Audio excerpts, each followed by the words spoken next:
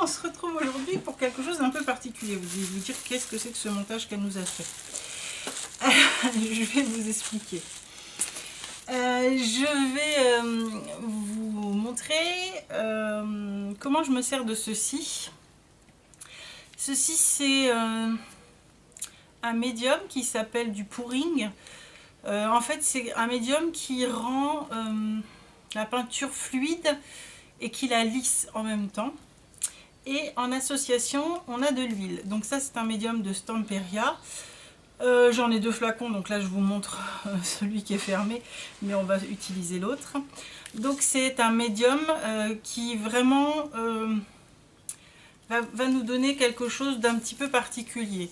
Alors en français ça n'a pas de traduction, hein, c'est du pouring.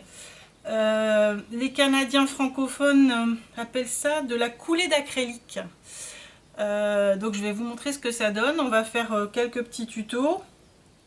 Avec plusieurs techniques, puisque en fait on va fluidifier notre acrylique, mais on va utiliser des choses plus ou moins différentes pour avoir des rendus différents.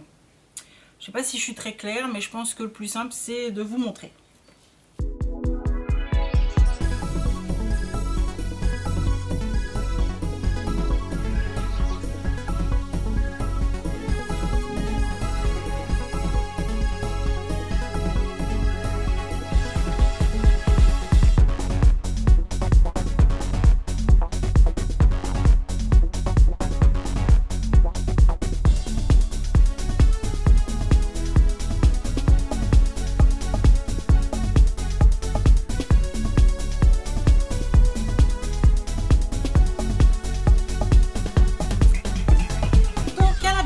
On va prendre une toile toute simple. Donc là j'ai pris une petite toile 15 par 30, mais n'importe quelle toile fera l'affaire. Il n'y a pas besoin de les traiter au gesso avant. Vous les gardez telles qu'elles sont. Hein, parce qu'en principe ce sont des toiles prêtes à peindre, il n'y a rien de particulier à faire. Pourquoi j'ai fait ce montage là? Donc j'ai pris un plat, j'ai mis un sac plastique dedans. Et j'ai mis de la ficelle pour pouvoir poser ma toile un petit peu en apesanteur dessus, si je puis dire. Et vous allez voir tout de suite pourquoi je fais ça. Avant, on va préparer nos couleurs. Au niveau des couleurs, donc j'ai des peintures Stamperia également. Mais ça marche avec d'autres peintures, hein, bien sûr. Non, ça c'est pas une acrylique. Ça, c'est une acrylique. Ça aussi. Ça aussi. Ça aussi.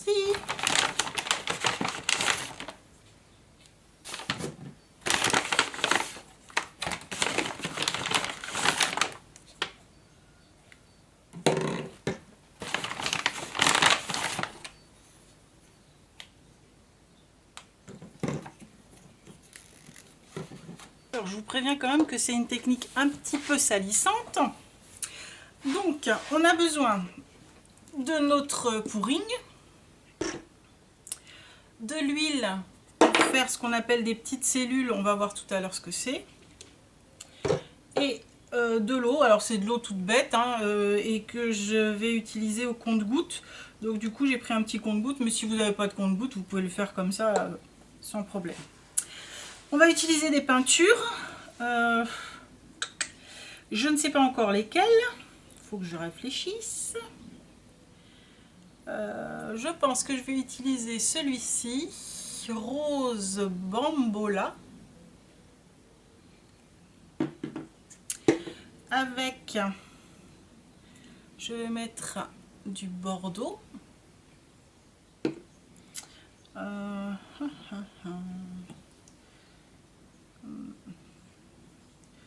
Pas de marron, c'est trop proche. Pas de bleu.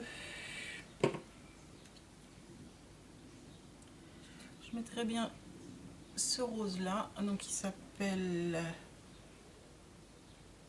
Rosa Brocato. Voilà.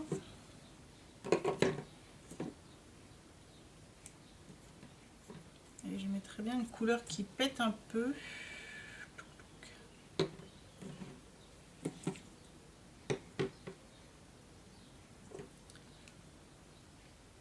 mettre celui-là.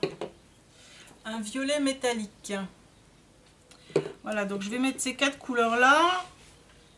Et je vais vous montrer comment on le prépare. Donc il vous faut des petits gobelets. Moi, comme ma toile est petite, j'ai pris des tout petits gobelets de type verrine. Mais vous pouvez prendre des gobelets en plastique tout bêtes. Hein. Hop, des petites touillettes. Touillettes à café, bâton de glace, peu importe, mais une touillette par couleur.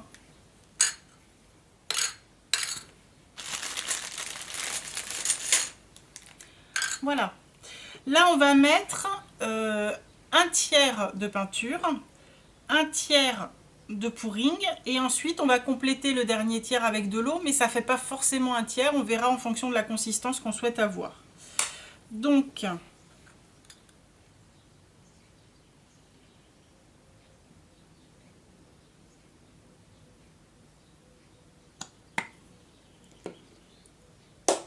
voilà. Je vais quand même faire un petit peu de blanc.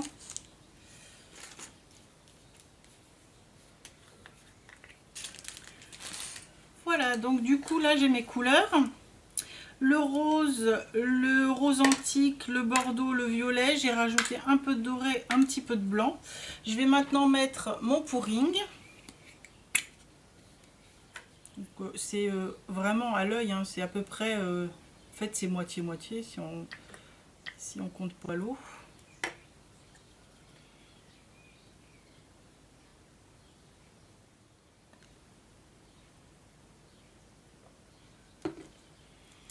Donc on va déjà mélanger notre couleur avec le pouring.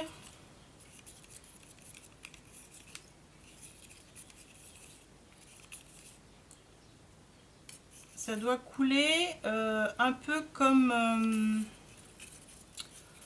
comment vous expliquer? De la crème fraîche liquide. Ça doit, quand on fait ça, ça doit couler, ça doit faire un filet qui coule comme de la crème fraîche liquide. Vous voyez, là, j'en suis pas loin. Enfin, d'ailleurs, je sais pas si vous voyez. Mais je vais rajouter un petit peu d'eau dans celle-ci.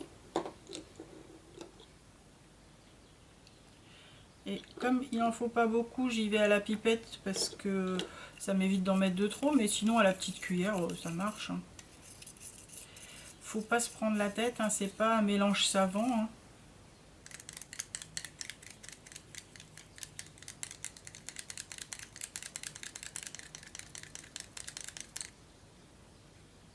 Hein. On y est presque.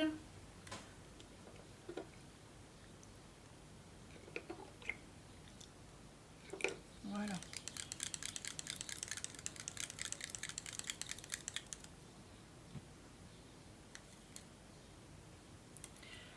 J'ai mon blanc. On va passer. Voilà. Donc on se fait un petit peu de place. Et là on va faire ce qu'on appelle la technique du bol renversé. Donc c'est une technique qui est accessible à tout le monde. Il n'y a pas... Alors moi je prends un pot à confiture, mais vous pouvez prendre un gobelet, vous prenez ce que vous avez. Alors on va faire notre mixture là-dedans.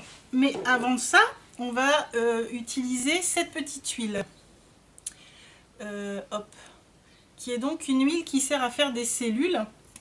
Donc on va en mettre 1 à 2 gouttes par couleur, sauf dans notre blanc.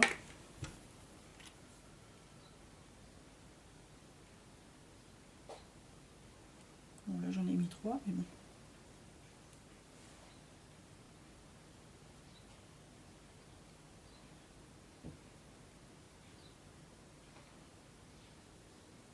Voilà.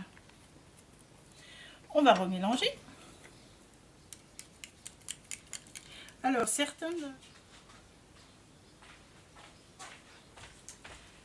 Si vous avez du spray silicone de cuisine, vous pouvez en mettre dans le fond de ce bol.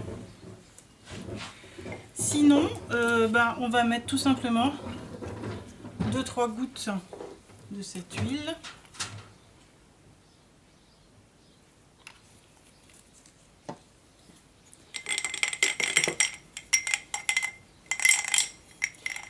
pouvez ne rien mettre, hein, mais ça permet de bien faire glisser votre peinture. Voilà.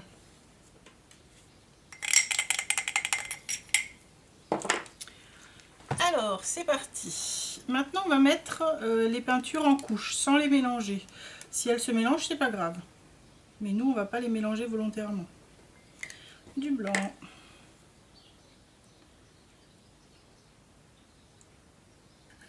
Du bordeaux. Du rose clair.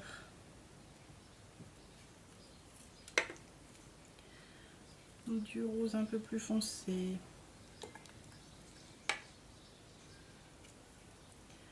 Du violet. Du doré.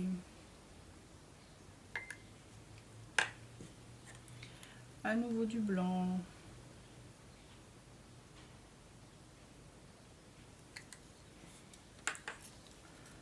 Hop. Je pense que ce qui reste, il m'en reste, on fera une deuxième toile avec une autre technique du coup. Je les mets de côté. C'est parti. Donc vous prenez votre toile en suspension.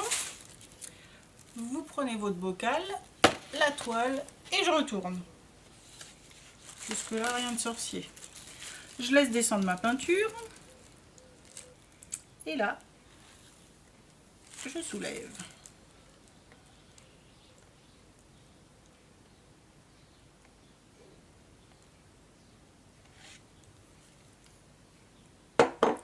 Et maintenant, je vais faire naviguer ma peinture. Comme on a mis du produit pour la rendre plus fluide, elle navigue sans problème, hein.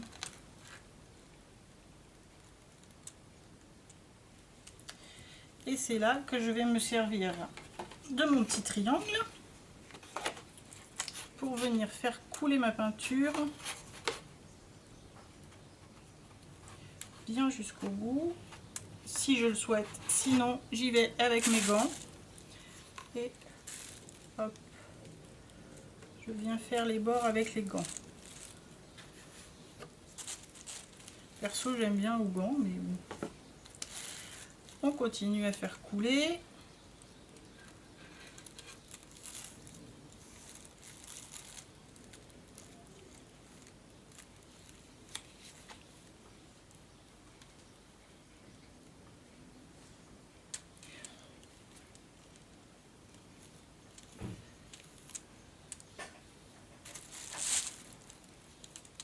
Donc là, hop, je récupère ce qui tombe pour venir faire mes bords. Je continue.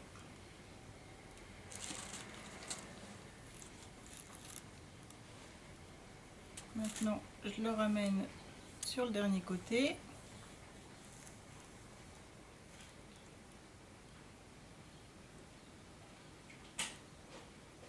Alors plus on alterne les couches et plus l'effet est... vous allez voir, je termine ça.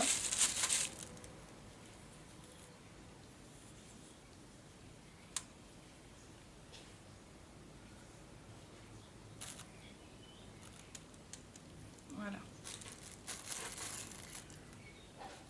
Donc les cellules, c'est ce que vous commencez à voir par endroits. Et je vais les accentuer avec le Heat Gun. C'est parti!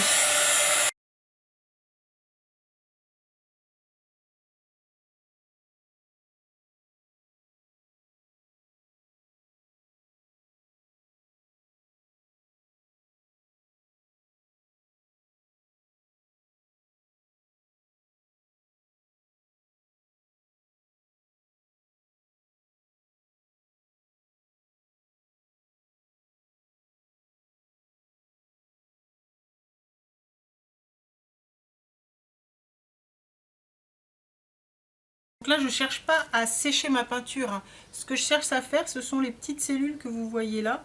Je vous ferai un zoom pour que vous voyez mieux. On va le laisser sécher tranquillement. Je vais faire une deuxième technique que je vais vous montrer. Et puis je vous remontrerai une fois terminé ce que ça donne. Donc ça vous donne en fait un fond pour venir faire ensuite du mix média, ou vous pouvez le laisser comme ça si ça vous convient, hein. Et là on va faire une autre technique, donc avec du coup ce qui me reste dans les mêmes couleurs, et on va les utiliser tout de suite. Je mets ça à sécher et je reviens. Hop. Donc là ce que je vais faire, c'est que je vais déjà récupérer ce qui me reste là-dedans, parce que j'ai pas du tout envie de le perdre. Donc, bah déjà, celle-là, je la mets là.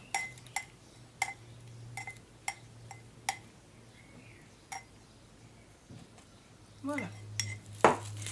Et maintenant, je vais venir rajouter des couleurs à l'intérieur. À côté. Je vais venir utiliser tout ce qui me reste. Puisque j'en ai assez pour faire une deuxième toile. Je vais tout utiliser.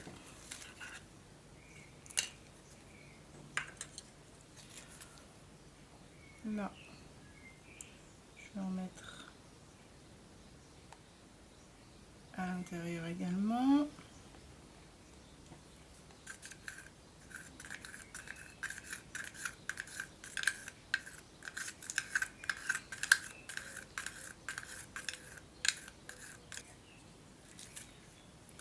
Donc là, j'ai un rose un peu plus soutenu.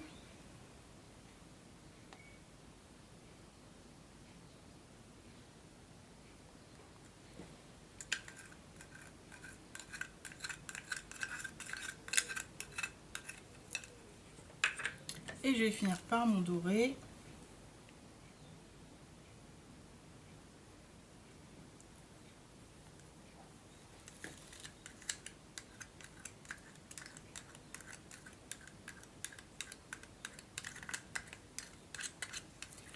Là, on a plusieurs options. Soit on prend une raclette et on racle. Et on voit ce que ça donne. Mais dans ce cas-là, on aura une dominante d'une couleur. J'ai pas envie d'une dominante d'une couleur, donc je vais faire la même chose que ce que j'ai fait tout à l'heure. Je vais faire couler ma peinture.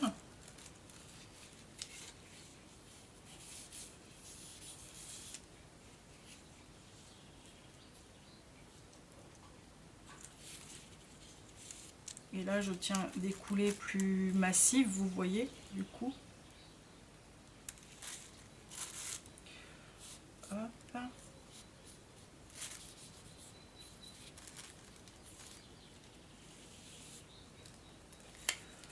Ici, je voudrais combler, hop, j'hésite pas à mettre les doigts, hein. Là,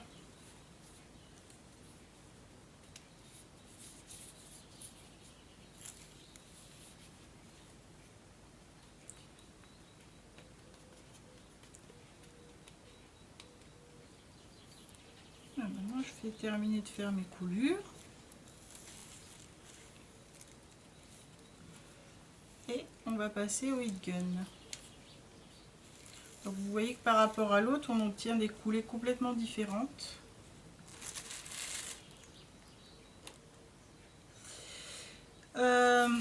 Par contre là je vais enlever les gants parce que sinon je vais en mettre partout.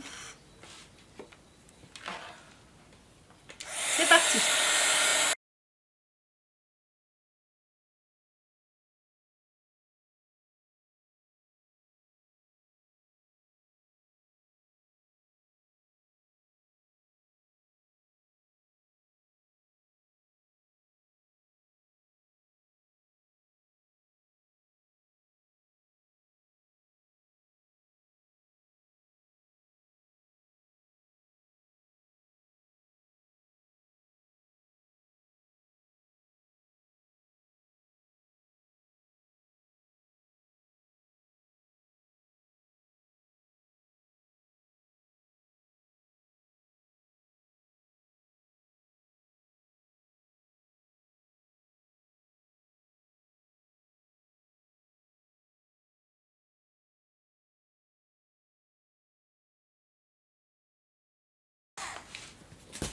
Voilà.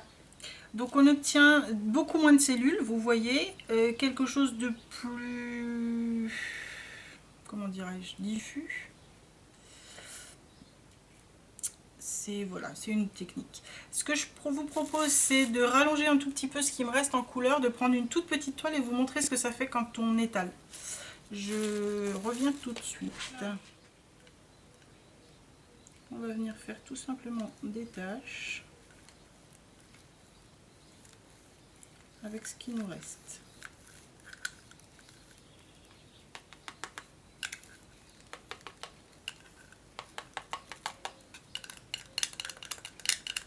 Rien ne se perd.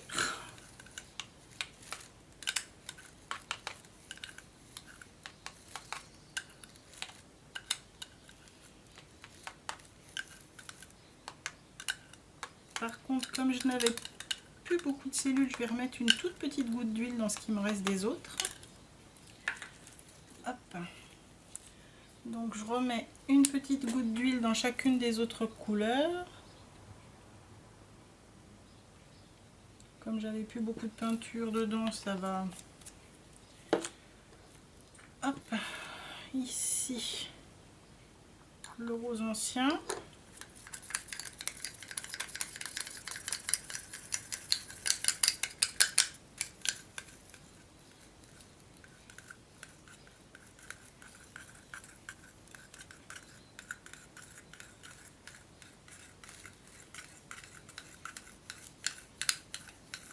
Donc à l'avance, je peux pas vous dire quelle sera la couleur dominante. Je pense que ce sera ce rose là parce que dans les autres peintures, j'ai l'impression que c'est lui qui a pris le dessus.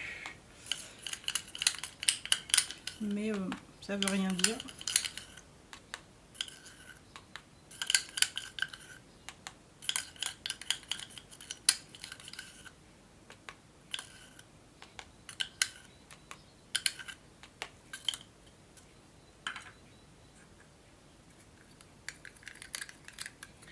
Le blanc, on va le rallonger aussi en eau.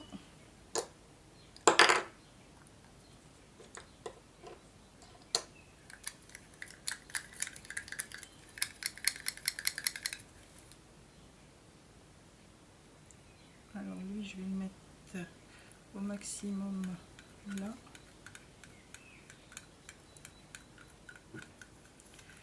Et après, on va en mettre à droite à gauche.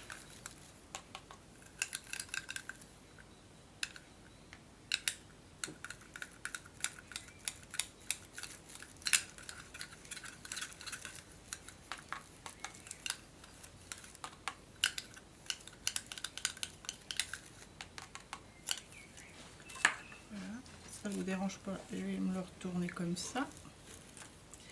Là, on va rajouter un petit peu d'eau.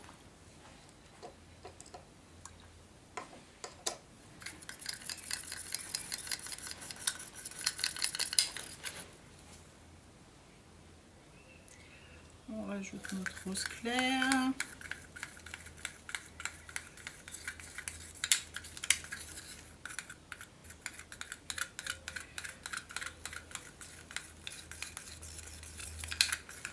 Là par contre sur une toute petite comme ça, j'aimerais bien arriver à avoir des belles cellules.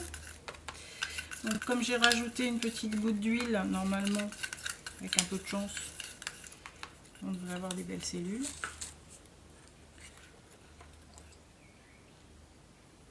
Là le bordeaux.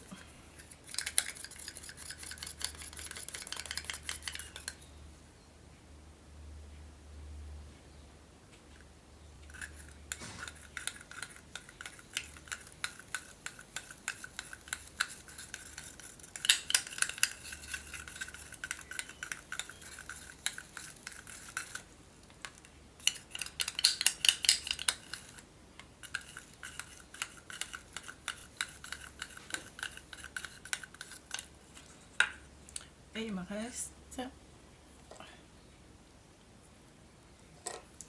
mon violet.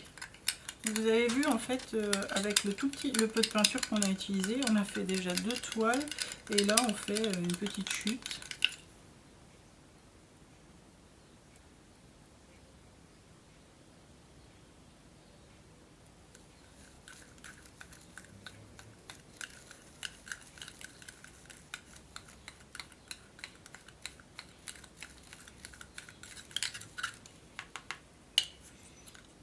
pour racler, on va prendre un petit morceau d'acétate.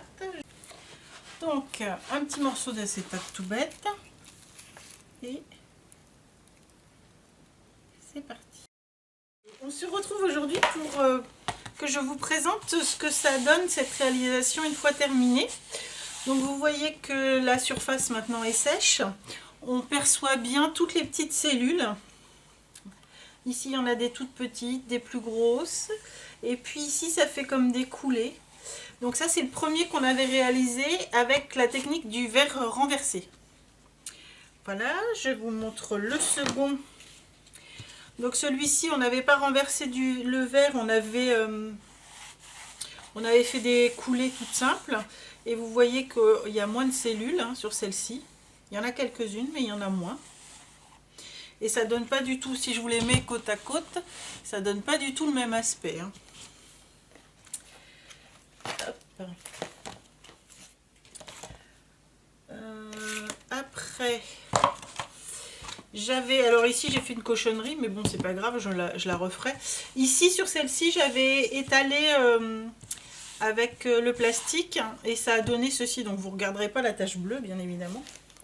Mais voilà ce que ça a donné sur cette petite toile.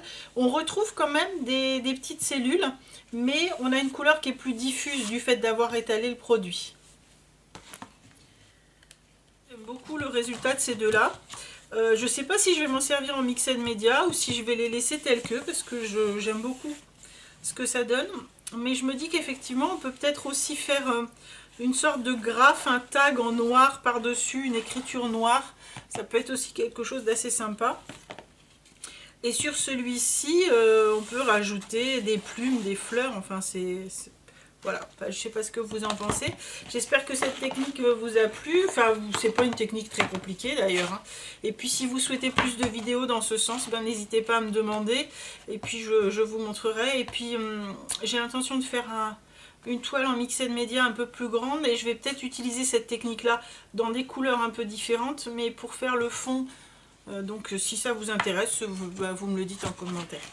Voilà, au revoir.